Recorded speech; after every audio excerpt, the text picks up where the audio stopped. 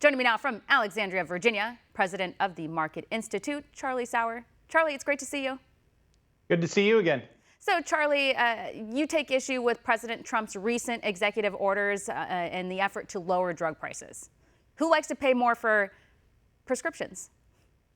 Well, nobody likes to pay more for anything, and prescriptions are personal. The problem here is that instead of focusing on the areas that the market is not competitive, President Trump is focusing on importing socialism. And I think we can all agree that that's a bad idea.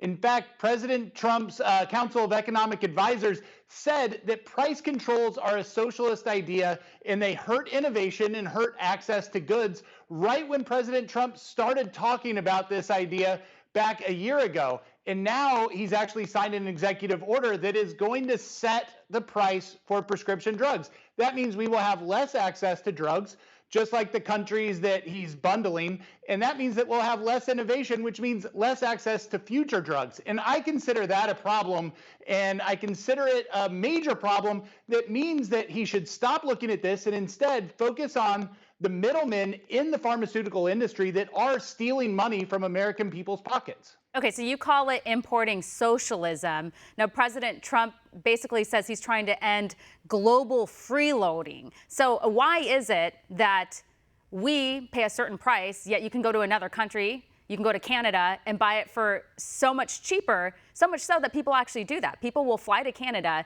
to go buy the same prescription drug that's made in the same factory because they can't afford it here. Well, first off, anybody can call a policy what they want, but when you break it down to its basic level, it's price setting. And again, the president's own administration has called that a socialist idea. Now, if we look at those countries, in this round, we have Canada, France, Germany, Japan. We have a bunch of single-payer healthcare systems, which again is a socialist policy. But if you look at what they do to these drug companies, they threaten to not respect the intellectual property of the pharmaceutical companies. And that's where the real problem comes in, because we have the drug research and we have the innovation that we have in the markets here because the companies have strong intellectual property rights. If you look in the countries like Canada, Japan, Germany, and France, they don't have the same research that we have. They don't have the same access to drugs we have. Yes, they get cheaper drugs, but they get it behind when we have access to the most cutting edge drugs.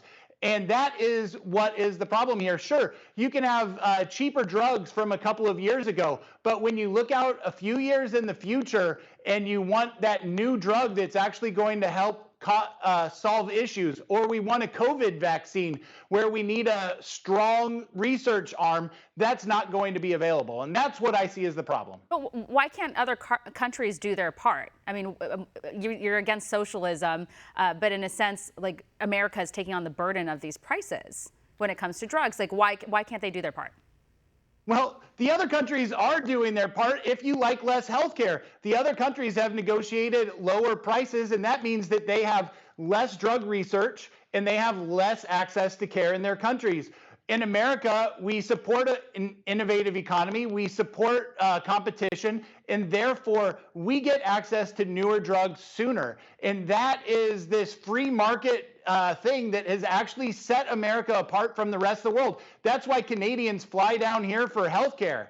That's why if you want the cutting edge drugs, you come here. You don't fly to other countries for cutting edge drugs. If you talk about flying to Canada for something like insulin, now we're talking about rebates. And if you do some of the research on rebates, things become really interesting.